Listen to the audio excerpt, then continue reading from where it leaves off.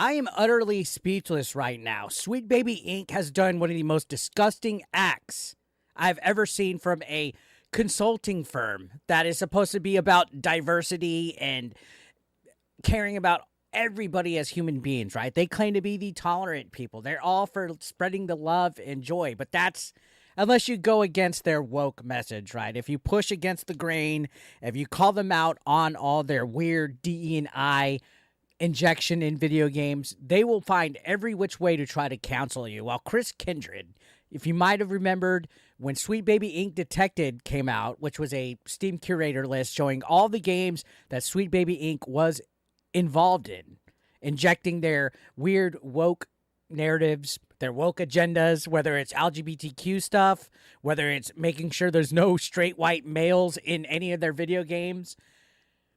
Chris Kindred, he's one of the Sweet Baby Inc. employees that attempted to cancel the creator of this list, KabrutusRambo, the creator of Sweet Baby Inc. Detected, calling out and putting criticism towards Sweet Baby Inc. and what they do as far as injecting this whole diversity propaganda that they like to put.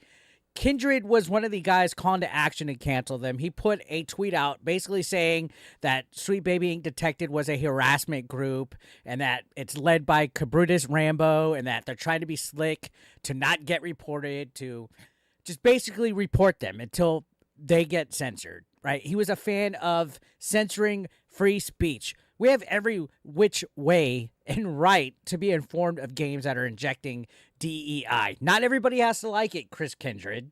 Newsflash, not everybody has to like it, but Chris Kindred, that goes against his narrative. They have to have it their way. They have to have their echo chamber. And you can see he was just calling for action to report it and report the creator because they love their account so much. So he basically wanted to screw the creator over with his Steam account in general, not just taking down the group, but the Steam account. And Chris Kindred has time and time again shown that him and his ilk, as Alyssa Mercante would say, are some of the most insufferable scum of the earth. Again, when you're dealing with these wokies, they want it their way or no way at all. You will not be able to have any kind of opposing opinion. You can't say that you're not a fan of DEI. If you are, you're a bigot, you're racist, you're a homophobe, you're transphobe, you're everything under the sun but a son of God at this point. And Chris Kindred, just that single act of him trying to report Sweet Baby Inc. Detected essentially kicked off Gamergate 2. And if you're thinking that's not a thing at this point where there's these weird political activists that are cosplaying as video game journalists, as video game developers, as community managers, you're blind. You're turning a blind eye to this because there's a coordinated effort from all these people to inject this nonsense in gaming. And I'm sick of it. I know Smash JT's sick of it. Melanie Mac's sick of it. Stuttering Craig and Side Scrollers are sick of it. Hypnotic is sick of it. You name it. There's countless people out there. I like to call them foot soldiers calling this stuff out. And you can see video games now are getting backlash anytime we see nonsense injected into them. Look at Assassin's Creed Shadows with that stuff going on. But Chris Kindred has now taken it a next level. If this is a war, if there's a war going on with Gamergate 2, Chris Kindred just fired a shot at Smash JT, who's been very critical about his friends at Kotaku with Kotaku Detected. He's been going after Alyssa Mercante. Alyssa Mercante, we know, has contacted his wife. Alyssa Mercante has had her minions, like airbagged, contact former places of employment, which probably kicked off this inspiration for this. Chris Kindred has contacted a former employer of Smash JT in an attempt to get him fired. So these people don't even know if he's still working for the company. Can I help you with something? They're just contacting every professional and personal contact Smash JT has because they don't like what he's saying about them. That's what it comes to at the end of the day. They can't take it. They're all thin-skinned scumbags.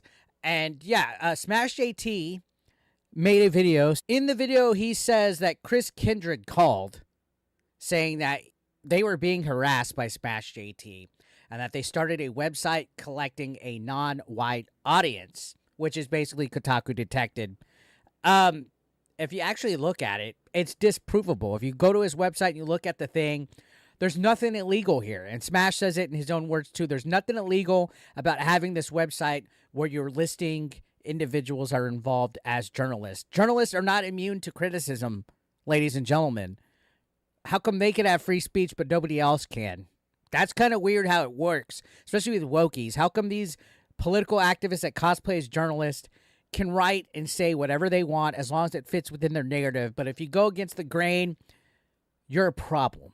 And why is Kotaku detected a problem? In fact, they tried to take it down. If you remember, Nick Calandra, formerly of The Escapist, shut down Smash JT's website after doing a call to action. They said target their funding sources, which is also further encouragement for actions like Chris Kindred contacting employers of Smash JT. That's where it's all coming from. It's pitchforks. It's all pitchforks.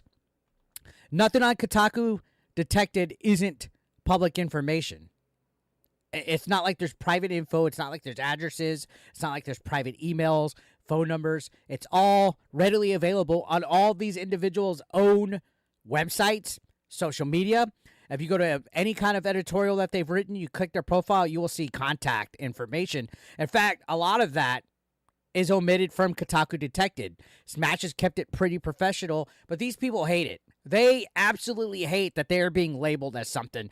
Only they are allowed to label people as bigots, racist, transphobes, homophobes, Islamophobes, any kind of phobe you could think except xenophobe, because that's cool. That's like alien. But no, they don't like being put labels on. The only label that these people like is oppressed, because they have to be a victim. If these people were privileged in any way, they wouldn't have their woke message to be pushed out here. They have to be, oh, I'm being oppressed because I'm gay. Oh, I'm oppressed because I'm bi. Oh, I'm oppressed because I'm a person of color. Oh, I'm oppressed because I'm a female. They have to be oppressed to feel like they're contributing anything in their life because they got nothing. And if you go against them, if you go against the grain, they will try to cancel you. They will try to do every deplorable act that they could do, whether it's contacting your wife, contacting a former employer, contacting your family, trying to shut down your website, you name it. And Smash JT has been the target because he's honestly been crushing it. I've had my off and ons with Smash JT through the years, even a little bit of beef here or there, but he's been crushing it in regards to fighting back against this. And I think all of us should do it. We should not take this lying down easily. We need to fight back against people like Chris Kindred.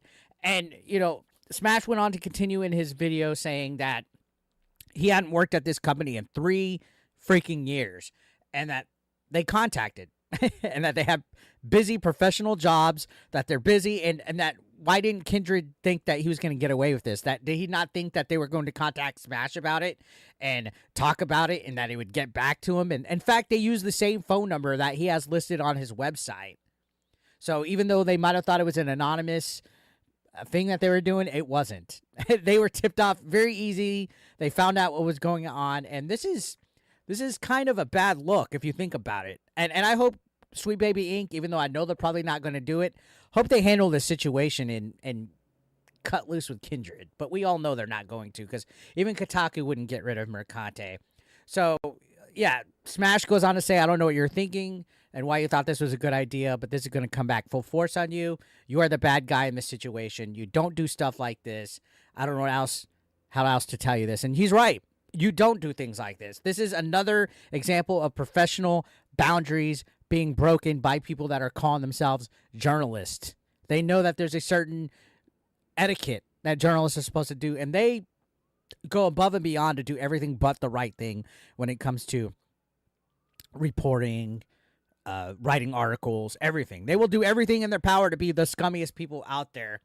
They're trying to get people fired because they don't believe in the same echo chamber that they do. That's what it comes down to.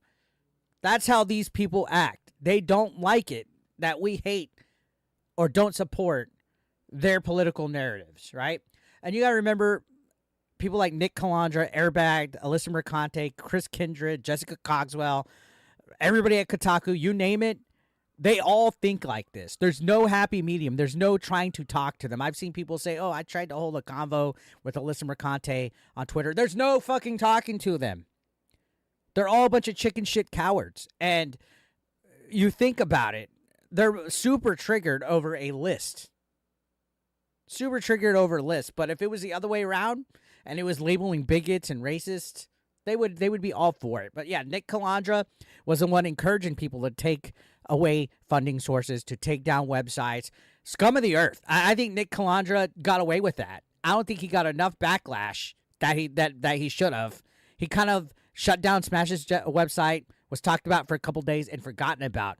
Do not let Nick Calandra get away easy with that. That guy has a huge audience, over 13,000 Patreons that he had in a Discord where they were doxing Grums, where they're trying to dox people like Smash JT, where they're doing bullshit like organized reporting campaigns to falsely take down websites. We can't let these people continue to conspire against people that are speaking out. Free speech is important, especially when it comes to this whole situation. Now, Smash JT did contact Sweet Baby Inc. This is the latest update I saw just a moment ago. He contacted them and he put this tweet out, which I'm going to read right here for you guys. I know that Sweet Baby Inc. isn't going to do anything, but Smash said, I sent the following message to Sweet Baby Inc. via the contact form on the website. Hello, one of your employees, Chris Kindred, has recently reached out to a place of employment of mine, asking about my job status and stating false things about me and my work. I would like to know how you plan on handling this situation and what your stance is on such actions. This is incredibly out of bounds and bordering on legal action, as I take this matter extremely seriously. Thank you. And that's the thing. These guys aren't going to do anything to Chris Kindred, just like Kotaku didn't do anything to Alyssa Mercante. Because everybody that works at Sweet Baby Inc., everybody that works at Kotaku, they all think the same way. They're a hive mind. They're an echo chamber. They don't want anything that goes against what political narrative they want. They are all the worst of the worst. When you deal with a wokey, they're all the fucking same. They have no individual thought. They have no ethics, no integrity. They don't know how to handle real-world confrontation, as we've seen by Alyssa Mercante and Vera Dark. They're all spineless. They are spineless jellyfish. And Chris Kindred, his actions contacting a former employee should be a huge red flag to everybody. I know there's a lot of people out there that are just casual gamers or don't give a shit to get involved in this. This is bigger than what you guys are even trying to fathom right now. This whole Gamergate 2 stuff is bigger than that. There's literally people trying to inject their nonsense into your media. Not just games, but movies, music, TV. I mean, look at the Acolyte right now. They don't care about entertaining people. They don't care about people enjoying the stuff. They just want their politics injected into it, and it has to be their politics. Because if not, you're racist, you're a bigot, you're a homophobe.